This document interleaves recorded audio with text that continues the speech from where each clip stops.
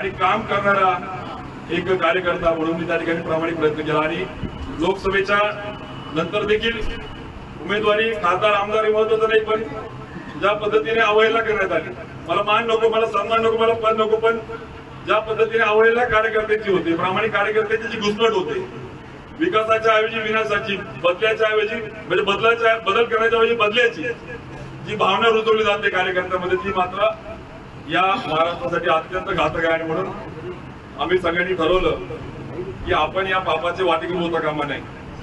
आपण या बदल्याच्या भावनेने जे राजकारण रुजवलं जात आहे ते तरुण पिढी पुढे, विशेषतः उत्तर महाराष्ट्राला घातक दिशेकडे नेणारे त्याचा आपण वारकरी होता कामा नाही.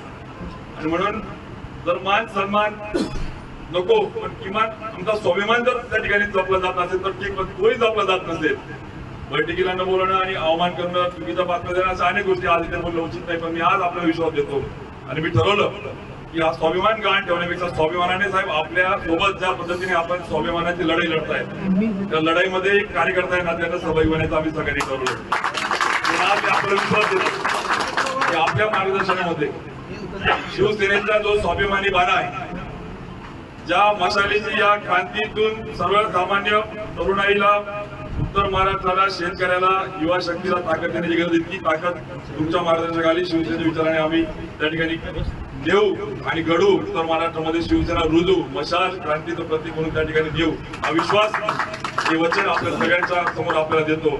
आणि खरं तर मी पुन्हा सांगतो की मी पदासाठी नाही, खासदार होण्यासाठी नाही, तर एक कार्यकर्ता आहे ना, त्याने कुठल्याही अटी शर्ती नाही, कुठलीही नाही. साहेबांनी तेच सांगितलं की तू त्या ठिकाणी कार्यकर्ता म्हणून काम करतोय, मला अभिमान आहे. मला पण आनंद आहे की त्या ठिकाणी आज शिवसेनेने माझ्यासह अनेक कार्यकर्ते, पदाधिकारी, लोकप्रतिनिधी, जिल्हा परिषद, पंचायत समिती, मार्केट कमिटी, त्या ठिकाणी अनेक संघटनेचे पदाधिकारी यांच्यासह आम्ही सगळे आज आपल्या मार्गदर्शनाने शिवधनुष्य हातामध्ये घेऊन आपण मशाल त्या ठिकाणी, जे महाराष्ट्राचा शिवधनुष्य जो आहे, व्हाईट फ्रंटला गाडण्याचे जो शिवधनुष्य विचार आहे, तो हातामध्ये घेऊन मशाल पेटून आपण त्या ठिकाणी सगळेजण आपल्या महाराष्ट्रात आज प्रवेश करतोय. मी मनापासून साहेब आपल्याला धन्यवाद देतो. जय महाराष्ट्र.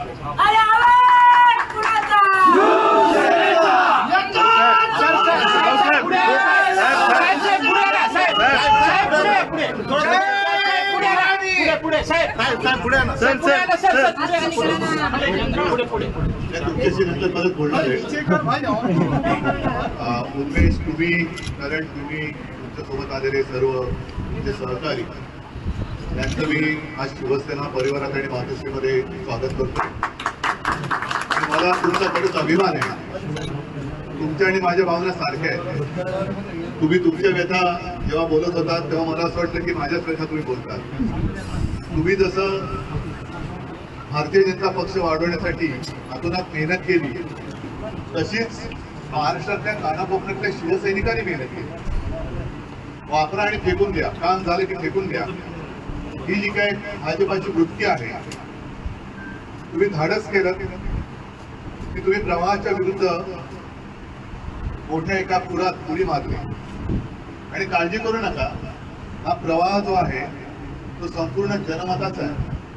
आणि प्रवाह काय का फिरला की मोठे मोठे जे एका उंचे तरंगतात ते उंची सुद्धा वाहून जातात, तशी भाजपची अवस्था होतात. एक गोष्ट मला आवर्जून सांगावीशी वाटते की आज तर माझ्याकडे काही नाहीये. जे काही तिकडे गेले त्यांची ओळख खोकेवाले म्हणून झालेली आहे. खोकेबाज, 50 खोके एकदम ओके, सुद्धा जळगावमध्ये गद्दारी झालेली आहे. आणि अशा वेळेला तुम्ही काम करण्याच्या जिद्दीने बदल हवा. सत्ता जिथे असते तिथे लोक जातात, तशी ती लोक गेली. पण तुम्ही सत्ता आणण्यासाठी म्हणून आणि जनतेची सत्ता आणण्यासाठी म्हणून शिवसेनेसोबत आला. आपलं ध्येय एक आहे, आपला भगवा एक आहे. पण मध्ये जी तुमची काय आमची काय फसगत झाली, त्या फसगत करणाऱ्या लोकांना आता यापुढे निवडून द्यायचं नाही. आणि मला नक्कीच अभिमान आहे, विश्वास आहे की आजपर्यंत हा लोकसभा मतदारसंघ आम्ही भाजपला सोडत आलो. अगदी गेल्या वेळेला तुम्ही होतात, आम्हाला काही चिंता नव्हती. पण आता मात्र पहिला प्रथम शिवछत्रपतींचा अस्सल भगवा हा जळगावमधून लोकसभेवरती जाणार. मी केवळ तुम्ही सगळेजण येत आहेत, मला सगळ्यांची नावं आता पटकन लक्षात पण नाहीत, पण करंट तुम्ही सगळे आता ललिताताई पण मागे आलेल्या आहेत आपल्याकडे. असे अनेक लोक जे आहेत स्थानिक आहेत आणि तुमच्यासारखी ज्यांचा वापर करून आज भाजपने टिकलाय अशी लोक आज आपल्याला येऊन भेट आहे.